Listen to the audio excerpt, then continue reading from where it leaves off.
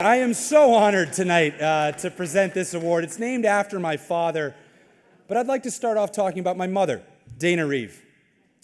My mom used to say, life is a series, yeah, absolutely, let's give it up.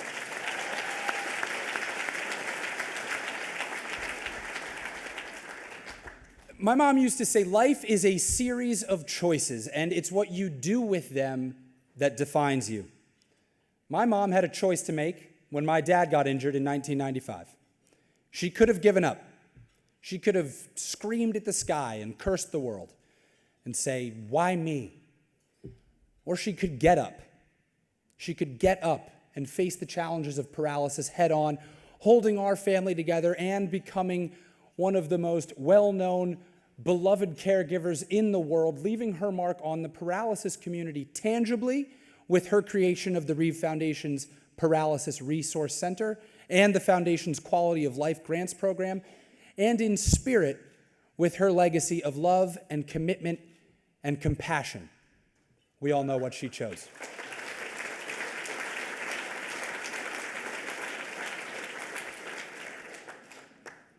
It took courage for my mom to tell my dad, lying terrified in his hospital bed in Virginia, "You're still you, and I love you."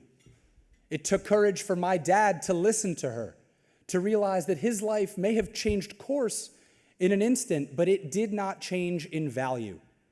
In fact, my dad's life became more precious as he dedicated his remaining years to finding a cure for paralysis and cementing his legacy as a global icon and hero for reasons wholly unrelated to any cape or tights.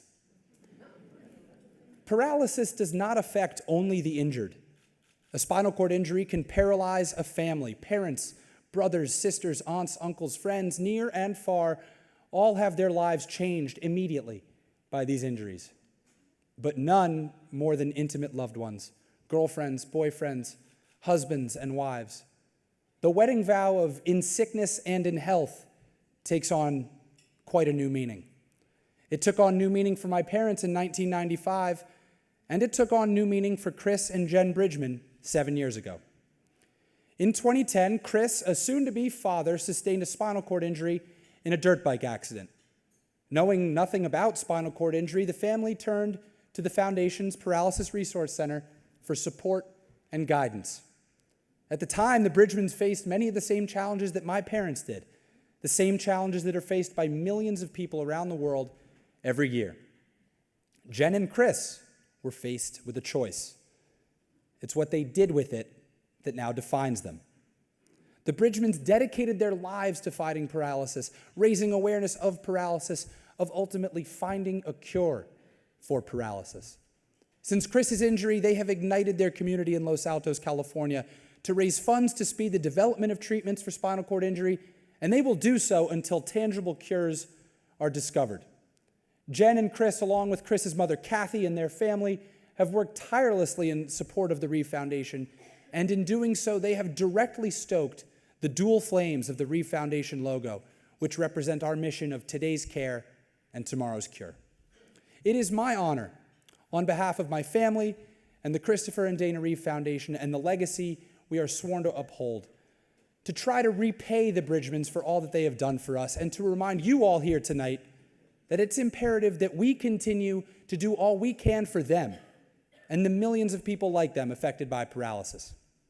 Please welcome the recipients of the 2017 Christopher Reeve Spirit of Courage Award, Chris and Jen Bridgman.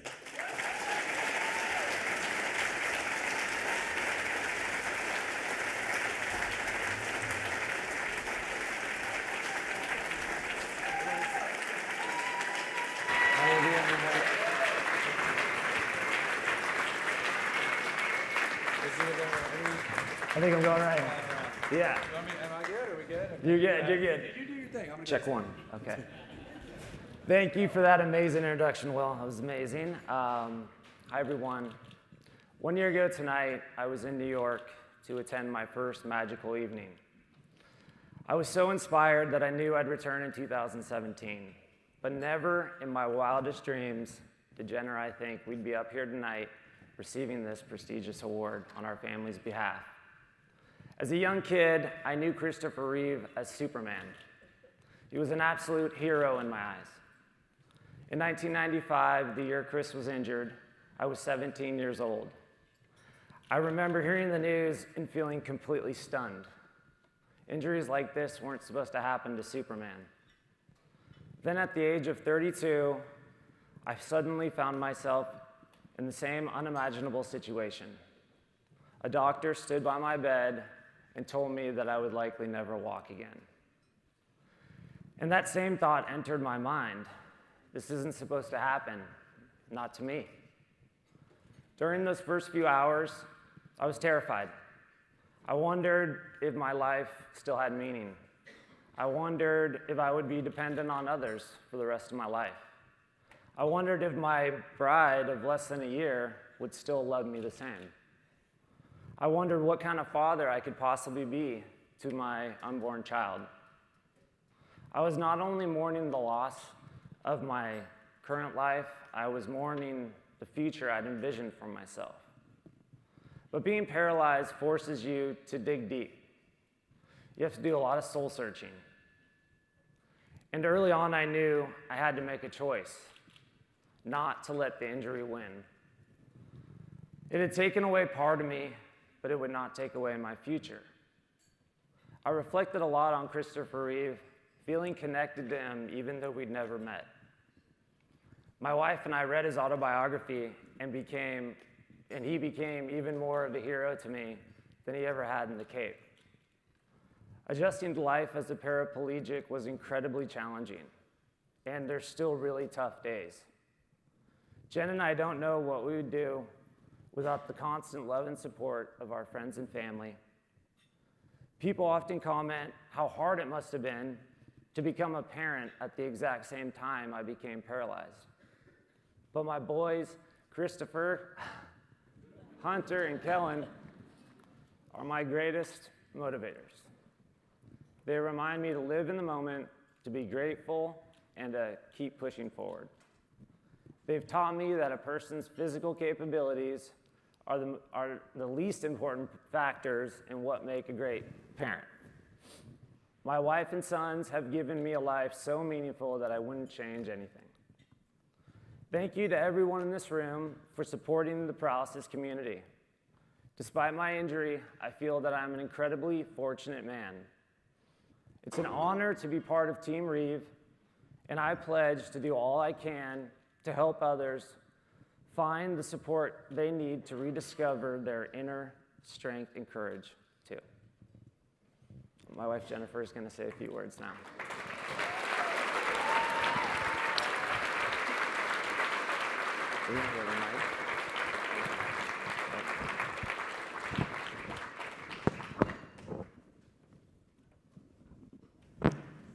Good evening.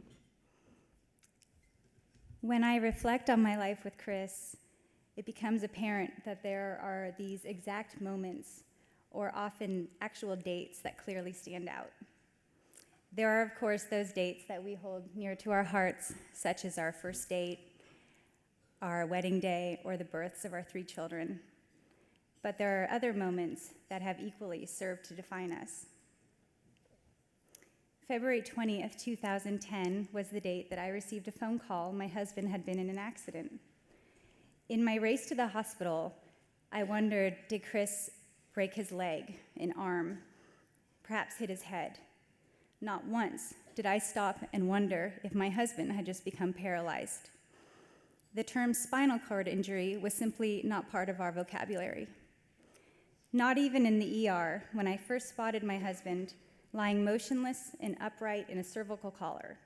Not even then did paralysis enter my mind. It wasn't until I crossed the room to his gurney that I began to understand the severity of his injury. I straightened to a level where he could see me, and when our eyes locked, his immediately filled with tears. "Babe," he said, "I'm so scared. I can't feel my legs." A blood clot was detected along his injured spinal cord, so Chris required immediate surgery. Still knowing nothing about spinal cord injury, we made a vow to one another. We had no idea what the future would look like, but we would face it together. We promised each other that the best was still yet to come. Fast forward 8 months to October 18th, 2010. Chris, Kathy, and I drove into San Francisco to attend an event, a roadshow event put on by the Christopher and Dana Reeve Foundation. In the 8 months since Chris's injury, we'd managed to adjust to our new normal. It wasn't easy, it wasn't pretty, but thanks to our loved ones, our MDs, OTs, PTs, and the wealth of information we found online through the Reeve Foundation, we were somehow making it work. That night in San Francisco, we learned about the current state of spinal cord injury research, and it marked the first time that we would shake hands with Peter Wilderotter, a man that would remember us in the years to come, and one that we would come to call a personal friend. We drove home that night more certain than ever that a cure for paralysis would happen in our lifetime. Fast forward to September 27th, 2015, 5.5 years after Chris's injury. Now pregnant with our third son, Chris and I were living very active, busy lives. Our day-to-day concerns largely mirrored the average family living down the street. Despite Chris's paralysis and his unrelenting nerve pain, we had so much to be grateful for, and our precious children made it easy for us to live in the moment. But we never lost hope for a future without paralysis. So when we heard about the big idea, epidural stimulation study, we were more than hopeful. We were more than inspired. We were compelled to act. September 27th, 2015 marked the first time that we officially joined forces with the Reeve Foundation to host a fundraiser in our hometown of Los Altos, California. There's one final date I'd like to mention, and that is November 16th, 2017, which is, of course, today. I can guarantee you that Chris and I will wake up tomorrow and still be in disbelief that this evening took place. To be mentioned in the same sentence as Christopher Reeve is an incredible compliment. To receive an award bearing his name is an indescribable honor. Thanks to supporters like you in this room and to the Reeve Foundation, we know there will be many other significant dates to come, dates that will bring us hope, joy, and a cure. Thank you from the bottom of our hearts for making our lives a bit more magical.